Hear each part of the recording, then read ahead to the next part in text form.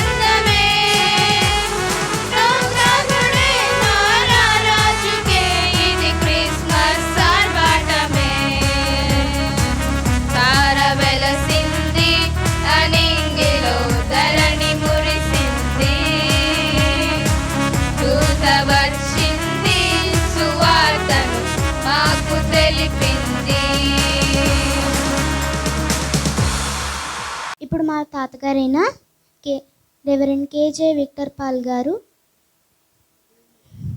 దేవుని వాక్యాన్ని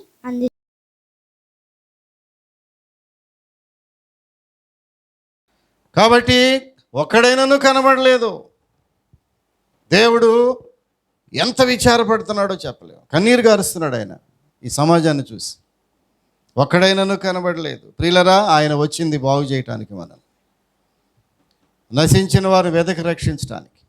ఆ వాక్యమే శరీరధారిగా కృపా సత్య సంపూర్ణుడిగా పరలోకాన్ని విడిచి భూలోకానికి వచ్చింది. కారణం ఏంటంటే నిన్ను బాగు చేయటానికి, నీ కుటుంబాన్ని బాగు చేయటానికి, నీ బిడ్డలు బ్రతికించడానికి దేవుడు వచ్చాడు. యేసు ప్రభువుకి ఉద్దేశం ఆయన బాగు చేయటమే. ఆయనకు మన ఎడల సమాధానకరమైన ఉద్దేశములే కానీ హానికరమైన ఉద్దేశములు ఆయనకి లేవు. ప్రియులారా, అలాంటి దేవుడు మాట్లాడుతున్నాడు. నేను ఒకవేళ దేశమును పాడు చేయకుండా ఉండాలంటే హెచ్చరిక చేస్తున్నాడు. ఒక్కడైనా ఉన్నాడా?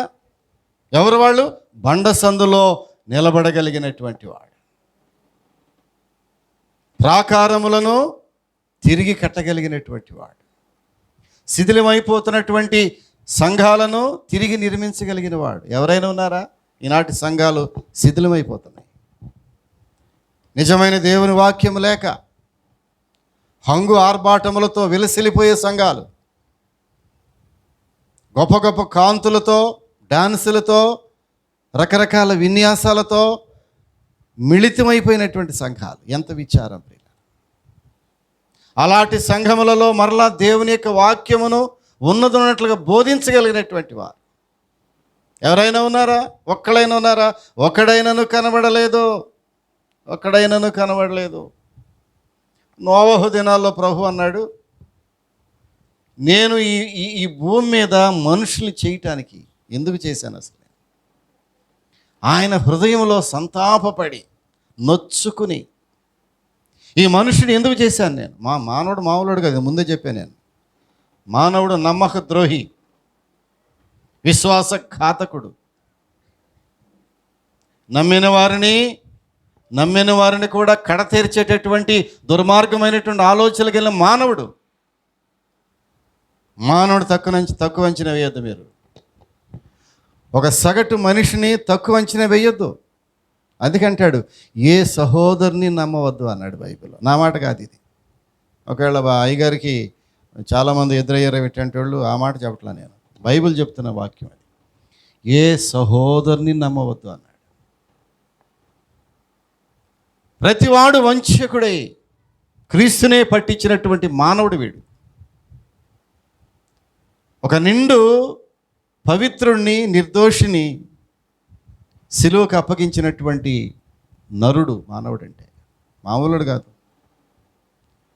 దేవుడు సంతాపపడ్డాడు నోవహు దినాల్లో. ప్రియులారా, ఏమన్నాడు తెలిసిన? నోవహు దినాల్లో దేవుడు నరులను భూమి మీద చేసినందుకు ఆయన సంతాపపడి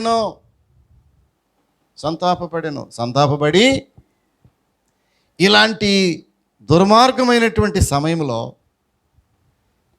ఈ లోకాన్ని రక్షించడానికి ఒక్కడన్నా ఉన్నాడా అని వెతికాడు ఆ రోజుల్లో. దేవుడు అందరిని వెతకట్లా, ఒక్కడనే వెతుకుతున్నాడు. ఆ ఒక్కడితోనే సేవ జరుగుద్ది. Praise the lord. చప్పట్లు కొట్టండి.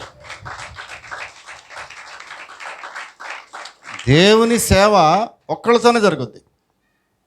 ఆ ఒక్క నమ్మకస్తుడు దొరికితే చాలు. దేవుడు వారి కొరకే చూశాడు. నోవహు దినాల్లో భూమి మీద సమస్తము ఎలా ఉంది? పెండ్లికి ఇచ్చుకొనొచ్చు, ఇండ్లు కట్టుకొనొచ్చు అని ఉంది. పెండ్లికి ఇచ్చుకొనొచ్చు, ఇండ్లు కట్టుకో. ఎక్కడ చూసినా వెడ్డింగ్ కార్డులే. మా ఇంట్లో చూడాలి మీరు వెడ్డింగ్ కార్డులు, ఏవో ఎన్ని వస్తాయో చెప్పలేదు. ఈ మధ్య వెడ్డింగ్ కార్డులతో పాటుగా గృహ ఏంటది చెప్పాలి, గృహప్రవేశాలు. వెడ్డింగ్ కార్డులు ఎన్ని ఉన్నాయో గృహప్రవేశాల కార్డులు కూడా అన్నీ వస్తున్నాయి. మంచిదే, ఆశీర్వాదానికి గుర్తుంది. కాదని ఎవరంటారు? గృహాలను కట్టుకోమన్నాడు దేవుడు, పెళ్లి చేసుకోమన్నాడు. మీరు వివాహాలు చేసుకోండి, అభివృద్ధి చెందండి, ఫలించండి, భూమిని స్వాధీనం చేసుకోండి అనలా దేవుడు ఆశీర్వాదిస్తాడు. కానీ నోవహు దినములలో ఎక్కడ చూసినా కూడా పెండ్లికి ఇచ్చుకొనొచ్చు, ఇండ్లు కట్టుకొనొచ్చు, దేవుని మర్చిపోయారు.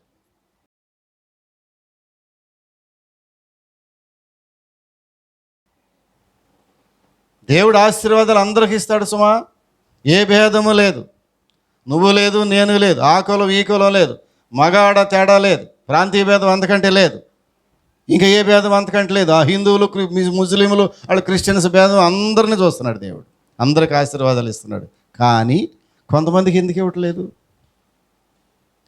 వారు దేవుడిని మర్చిపోయే మనస్తత్వం కలిగిన వారు. దేవుడు అందరిని ఆశీర్వదించడానికి చూస్తున్నాడు. కానీ ఆశీర్వాదాలు పొందుతున్న నీవు, 3 పూటలు భోజనం దొరుకుతున్న నీవు, మంచి వస్త్రాలు దేవుడు పుష్కలంగా ఇస్తున్నటువంటి నీవు, మంచి గృహాలు కట్టుకున్న నీవు, మంచి ఉద్యోగం చేస్తున్న నీవు,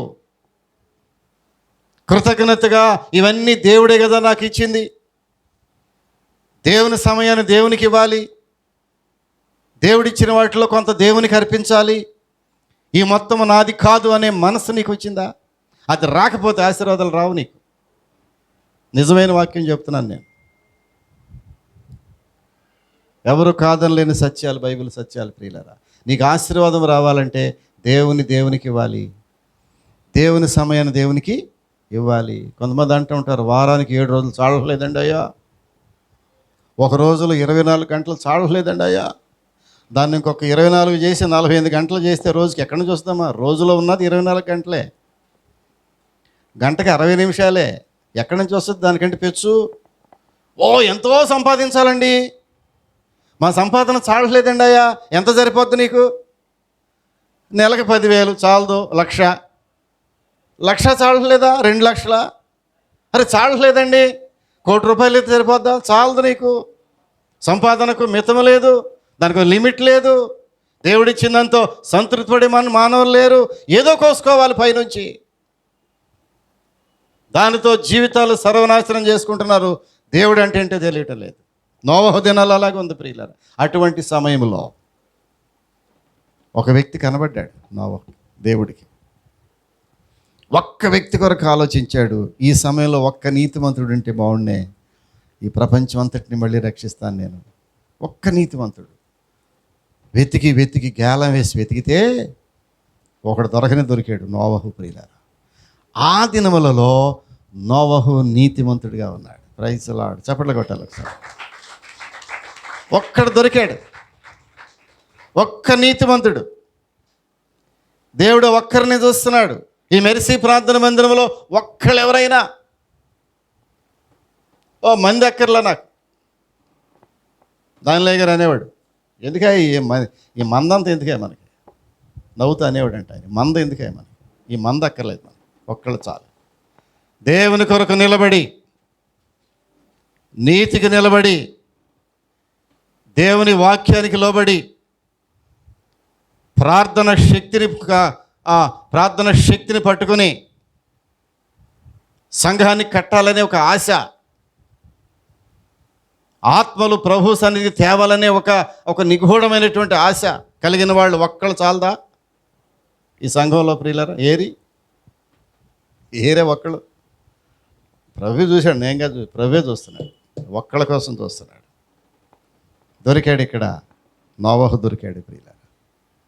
ఆ నోవహు ఎప్పుడైతే నోవహు దొరికాడో ఒక బాధ్యత నోవహు చేతికి అప్పగించాడు, ఒక పని అప్పగించాడు. నోవహు, నీవు ఈ తరము వారిలో నీతిమంతుడిగా కనబడ్డావు కాబట్టి నిన్ను నేను వాడుకుంటాను. ఎవరైతే దేవునికి పూర్తిగా లోబడతారో వారిని దేవుడు వాడుకుంటాడు. అందరిని వాడుకోడు. మమ్మల్ని వాడుకో ప్రభువా, ఎందుకు వాడుకుంటాడు దేవుడు నిన్ను? నీ గర్వము, నీ అహంకారము, నీ భక్తిహీనత, పైకి కనబడేటటువంటి భక్తి, దేవుడు వాడుకోడు నేను. చాలామంది దేవుడు వాడుకోడు ప్రియ. నమ్మాలి దేవుని వాక్యాన్ని. నోవహుకి దేవుడు ఒక పని అప్పగించాడు. అబ్బాయి, నీవు తరమారులో నమ్మకంగా ఉన్నావు, నీతిమంతుడిగా ఉన్నావు కనుక నీకు ఒక పని అప్పగిస్తున్నాను, ఒక జాబ్ ఇస్తున్నాను నీకు, ఒక వాడకట్టు. పెద్ద మామూలు పని కదమ్మా. దేవుడు మనిషిని నమ్మితే చాలా పెద్ద పని అప్పగిస్తాడు. చిన్నగా వాడుకోడు దేవుడు. దేవుడు నిన్ను వాడుకోదలిస్తే, దేవుడికి నీవు లోబడితే ఒక పెద్ద పని అప్పగిస్తాడు దేవుడు. ఉన్నతమైన శిఖరాల్లో తీసుకెళ్తాడు దేవుడు. దేవుని పని కంటే మించిన పని ప్రపంచంలో లేదు. దేవుని పని కంటే మించిన ఉద్యోగం ప్రపంచంలో లేదు. ఆ రోజుల్లో పెద్దోడు పనికిరాడు, పెద్దోడేమో ఇంజనీరు, చిన్నోడు డాక్టర్, ఇంకోడేమో లాయర్ అయిపోయాడు కాబట్టి వీడు 10th క్లాస్ 25 సార్లు తప్పాడు కాబట్టి వీడు దేవుని సేవకి ఇచ్చే. అదిగా దేవుని సేవ అంటే. దేవుని సేవ అంటే ఉన్నతమైనది, ఉత్తమమైనటువంటిది. మరియ ఉత్తమమైన దాన్ని ఏర్పాటు చేసుకుంది. ఆమె నుంచి ఎవరు కూడా దాన్ని తీసివేయలేరు అన్నాడు. దేవుని సేవ ఉత్తమమైనది. అది ఎలాంటి ఉద్యోగం కంటే ఈ లోకంలో దేవుని సేవ ఉత్తమమైనది. అంతేగాని దేవుని సేవ అంటే సంపాదించుకోవటానికో, పేరు ప్రతిష్టల కోసమో, దేవుని సేవ అంటే కార్లు కొనుక్కోటాకో, దేవుని సేవ అంటే అమెరికా వెళ్ళటానికో, దేవుని సేవ అంటే చందాలు బాగా వస్తాయనో, దేవుని సేవకుడు అంటే ఏదో టక్కలు చేసుకుని తిరగటాకో, అది కాదు దేవుని సేవ అంటే. దేవుని సేవనగా నమ్మకంగా చేసే సేవ అది. నోవహును చూశాడు దేవుడు. నోవహు, నీకు ఒక మంచి పని ఇస్తున్నాను నేను. ఏంటది? ఒక ఓడను కట్టు, రక్షణ ఓడ.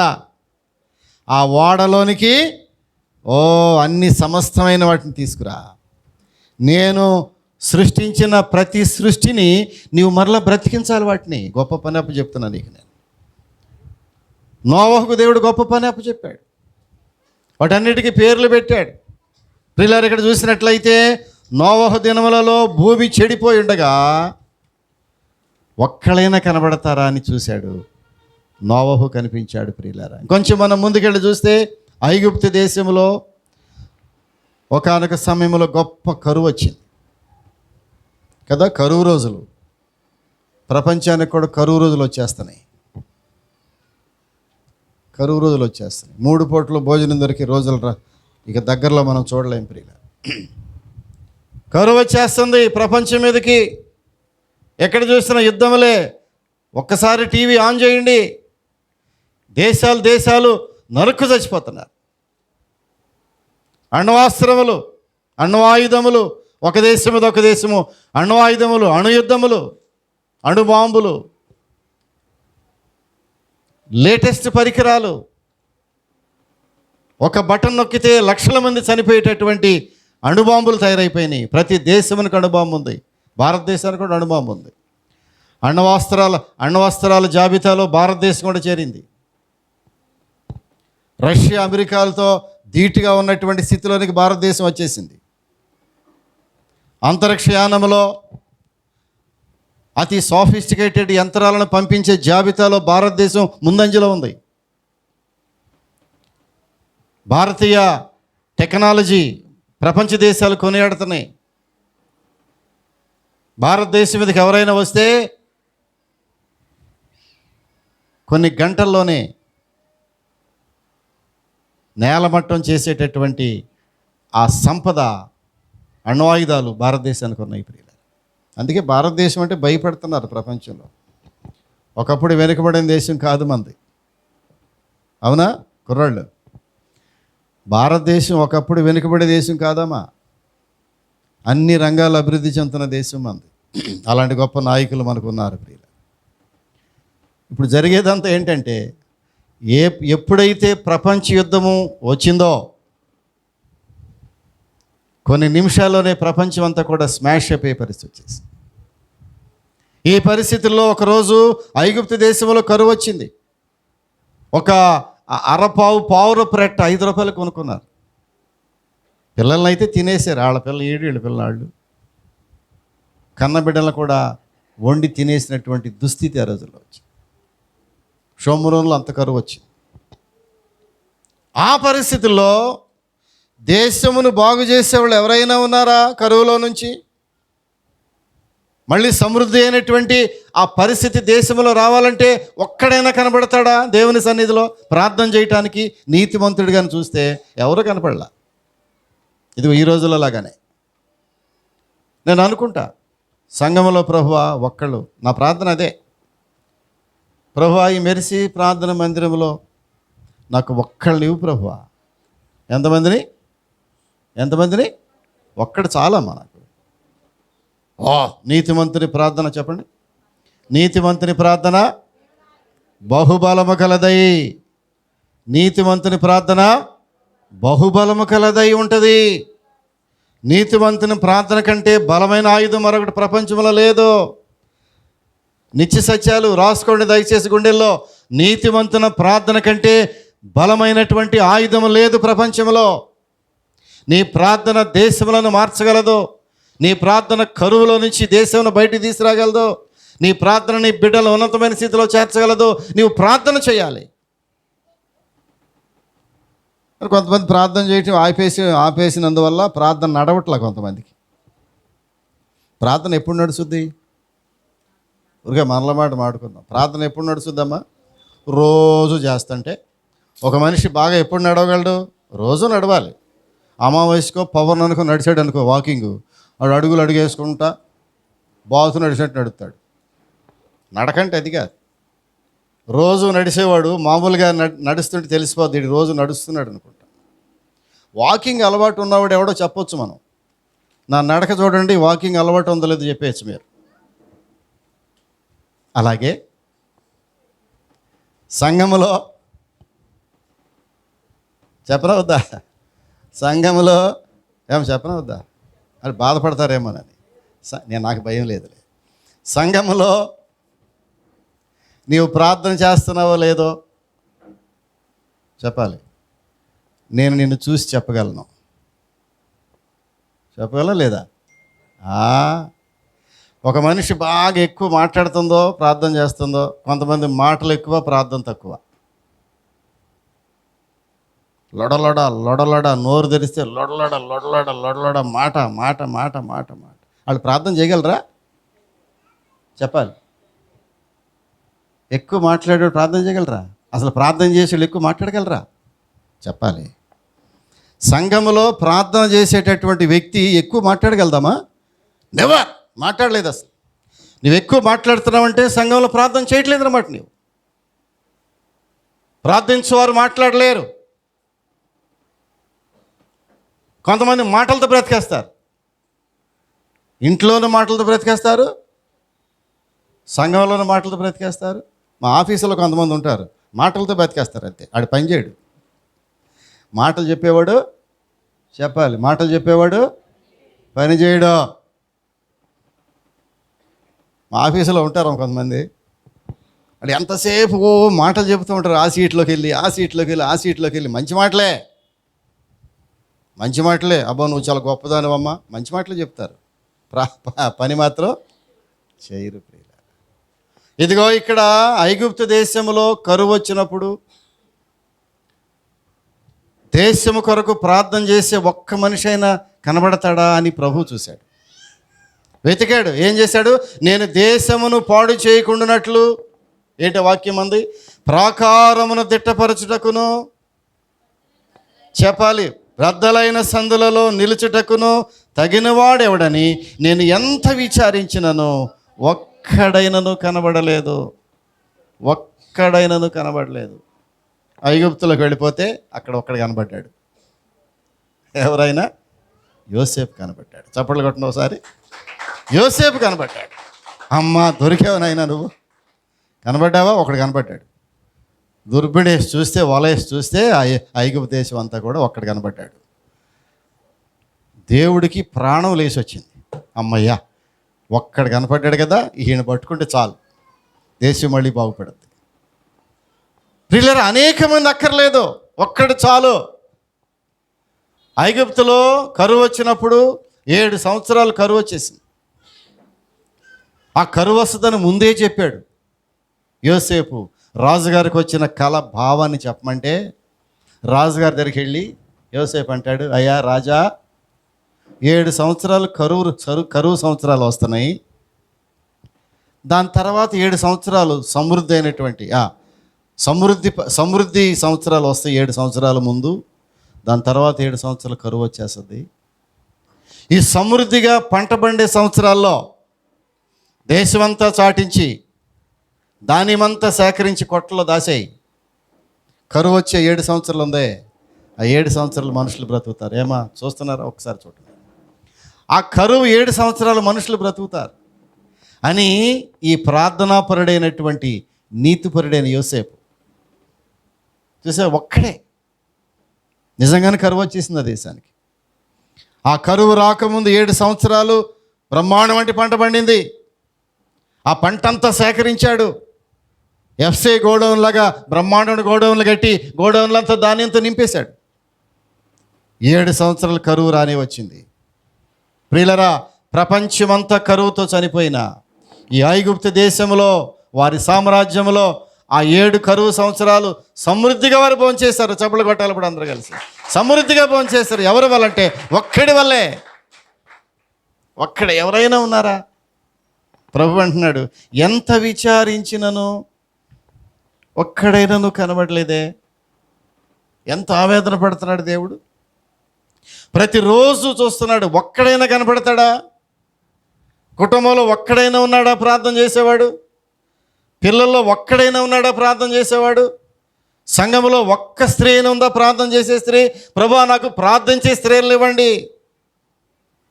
ప్రార్థించే విశ్వాసులు కావాలి సంఘానికి. బోధలు చేసే విశ్వాసులు కాదు, బైబిల్ చదివే విశ్వాసులు కాదు, పాటలు పాడే విశ్వాసులు కాదు, ప్రార్థన చేసే విశ్వాసులు కావాలి. ఒక్కడైనా ఉన్నాడా? ప్రభు అంటున్నాడు, నేను ఎంత విచారించినను ఒక్కడైనా కనబడలేదే. ఎంత విచారిస్తున్నాడు దేవుడు ప్రియులరా. విచారించి ఏం చేస్తున్నాడు? నేను దేశమును పాడు చేయకుండానట్లు. ఆయన కోపం వచ్చినట్టు కాళ్ళే. అమ్మో, దేవుడు కోపం వస్తుంది అప్పుడప్పుడు. మా దేవుడు బాబాబు మంచి దేవుడు అనుకున్నారు, లేనిపోయింది. ఆయనకి అప్పుడప్పుడు కోపం వస్తుంది. దేవుడు కోపం వస్తుంది. నేను దేశమును పాడు చేయకుండానట్లు అంటే దేశం ఏదో ఒక రోజున పాడు చేసే అవకాశం కూడా ఉంది. ఎప్పుడు ఒక్కడైనా కనబడకపోతే.